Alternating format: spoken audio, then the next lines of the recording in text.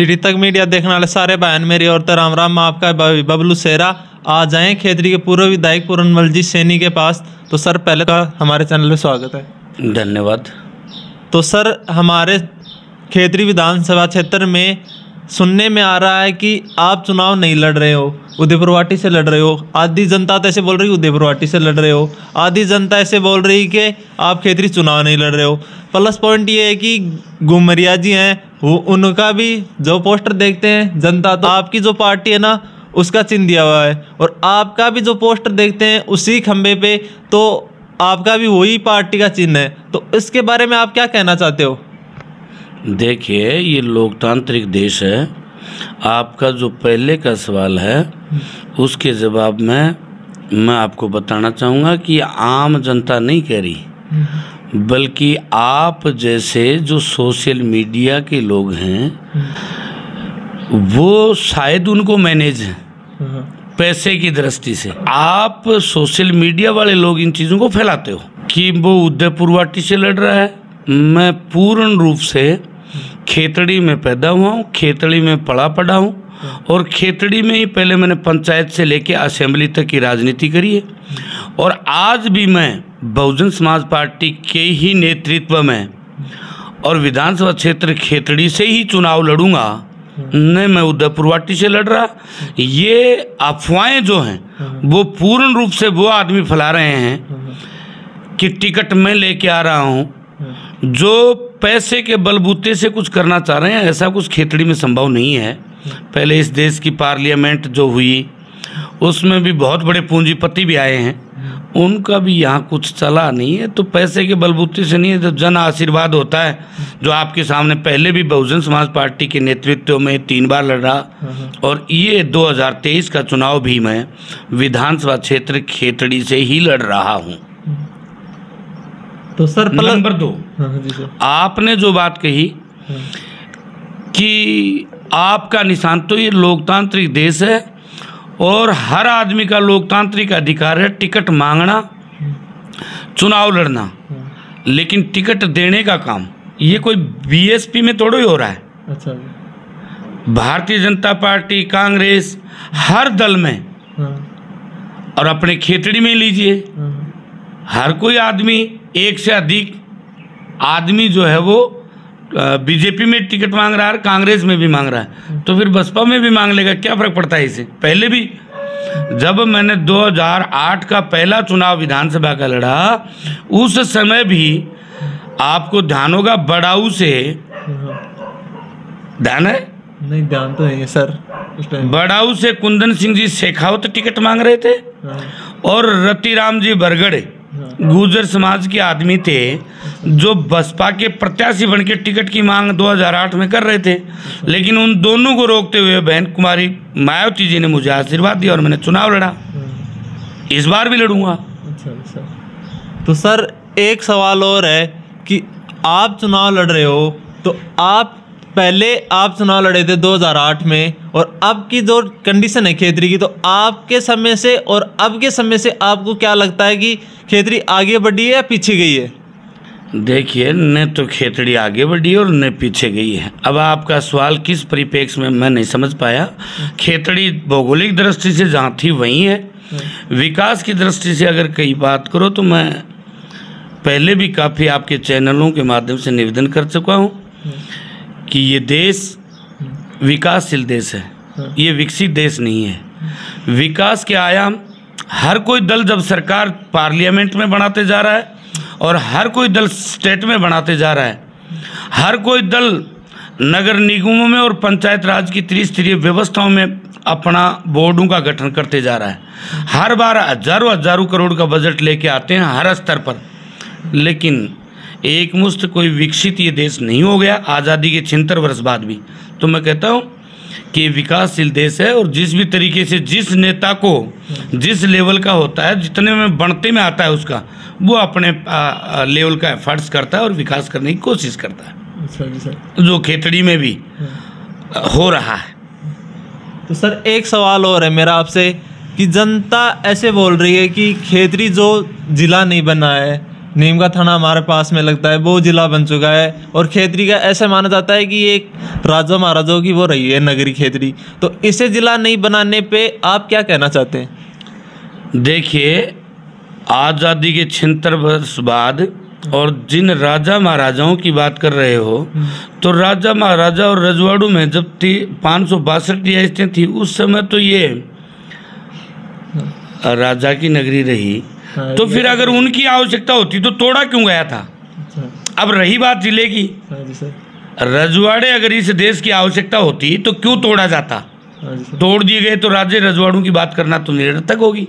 रही बात जिला बनाने की, तो मैं समझता हूं कि जिला बनाना जिस भी सरकार ने और जिस भी तरीके से किया है, ये बहुत अच्छा सरकार का कदम रहा है। इसके लिए मैं उनका धन्यवाद का ज्ञापन करना चाहूँगा।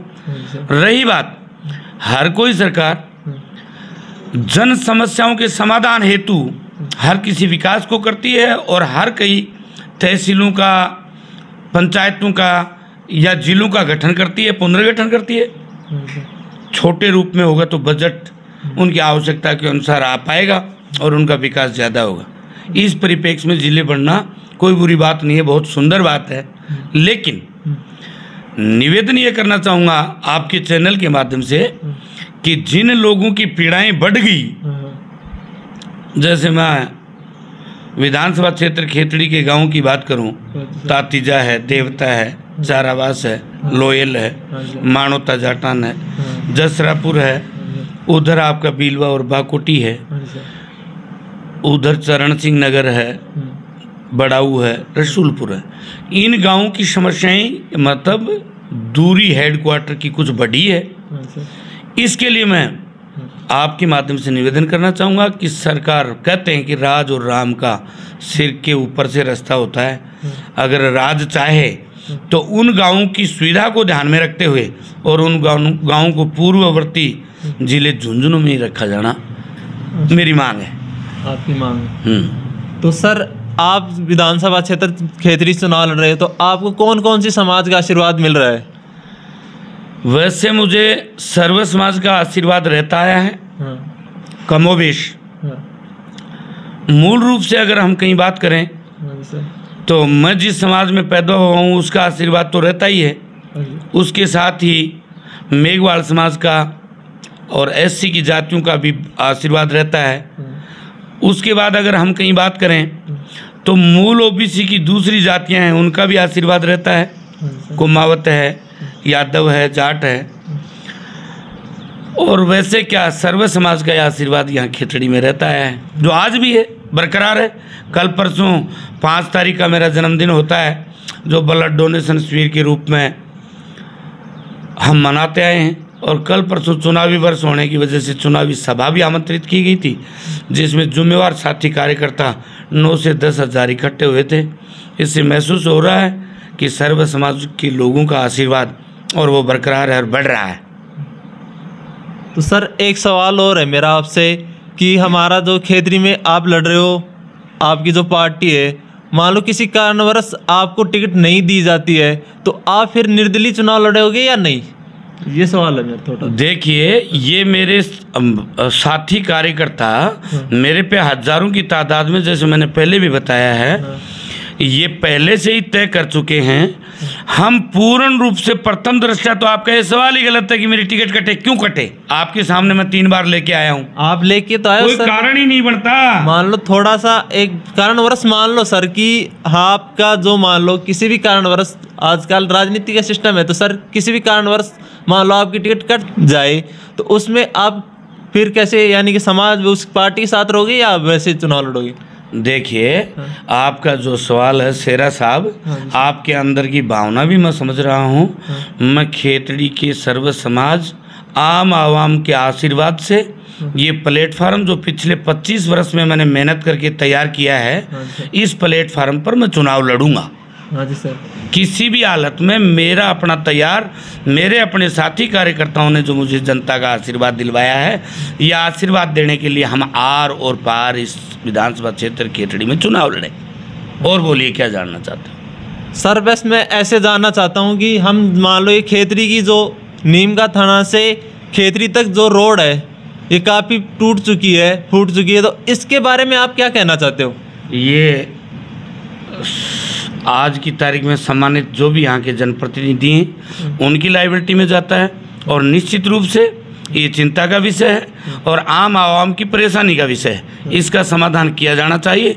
जो बहुत पहले से ही सड़क ये सैंक्शन है 2018 से, पहले भूमि एक्वायर में समय चला गया, फिर टेंडर हो गया, फिर वो टेंडर जो था वो कोलैप्स कर गया, उसके बाद रीटेंडर कॉल किया गया, अब टेंडर हो रहा है और मेरे ख्याल में अंडर कंस्ट्रक्शन भी है। जो मुझे विश्वास है कि ये समय जो लगेगा वो लग रहा है, अब सड़क तैयार हो रहा है। तो सर मान लो अब आप चुनाव लड़ रहे हो, तो आपको पूरी खेतरी का आशीर्वाद आपके साथ रहेगा और आप चुनाव जीत चुके हो, तो फिर आप खेतरी के लिए क्या क्या करते हो? ये मैंने पहले भी बताया है, मेरा बड़ा प्लान है। और पूर्व जो सोशल मीडिया के मेरा इंटरव्यू लेने के लिए आए उनको भी मैंने बता दिया। इसमें बहुत प्रोजेक्ट हैं, जैसे रोज़गार के लिए मैंने पहले भी अलवर की तर्ज पर, यहाँ अलवर में जैसे सरिस्का है उसकी तर्ज पर मैंने ये बांशाल कंजर्वेशन भी तैयार करवाया। और दूसरी बात, अगर इन फ्यूचर रहा तो मैं स्टेट गवर्नमेंट के माध्यम से प्रपोजल तैयार करवा के और केंद्र की सरकार के पास भी जाऊंगा, और जैसे खेतड़ी का ये कॉपर प्रोजेक्ट है इसको भी चालू करवाएंगे। और दूसरा आपका ये एयरपोर्ट जो बबाई में है इसकी भी हम स्टेट गवर्नमेंट के माध्यम से वहाँ तक पहुँचेंगे। रेलवे लाइन जो है वो चिड़ावा डावला के बीच में कोपर तक जो लाइन पड़ी थी उसको वापस दिलवाएं, क्योंकि भूमि ऑलरेडी सेंट्रल गवर्नमेंट के लिए एक्वायर है, और चिड़ावा तक इसकी कनेक्टिविटी करवा के रेल की सुविधा भी मेरे बड़े प्लान है। अगर जनता का आशीर्वाद रहा तो मैं इन प्लानों पर काम करूँगा निश्चित रूप से। तो सिटी तक मीडिया देखने वाले सारे भाई ने धन्यवाद। अगली वीडियो में